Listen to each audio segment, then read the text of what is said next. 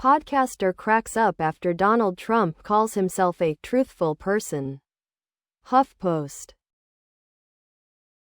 Andrew Schultz couldn't help but respond to the presidential candidate's claim by doubling over in le uter.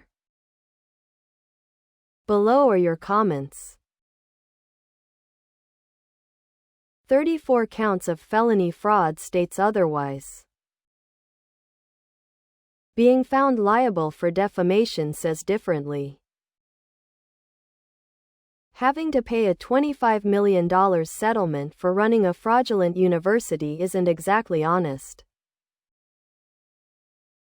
Taking money from veterans and children's charities to use for personal enrichment isn't telling th. Trut. See more.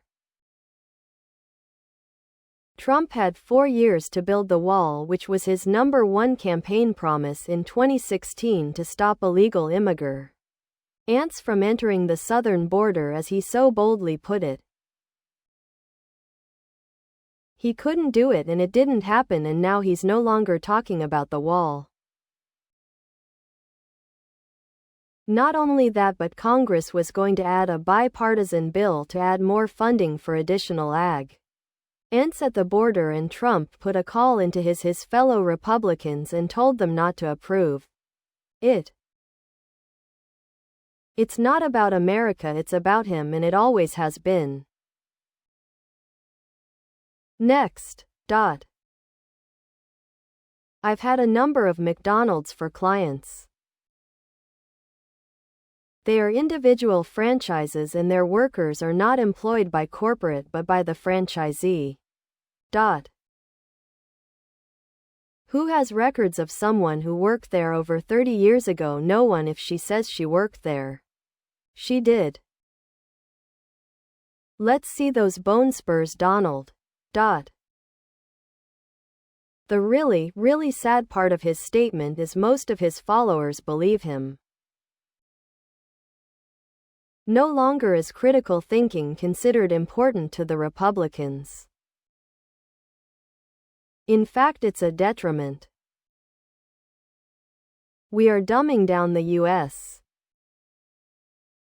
population. Our educational system needs to get back to basics. Teaching critical thinking is important, and teaching people how to fact-check the value of being open-minded so you don't get hoodwinked into believing false narratives is important. Voting is a right, but can also be dangerous if we end up voting ourselves right out of being a democracy.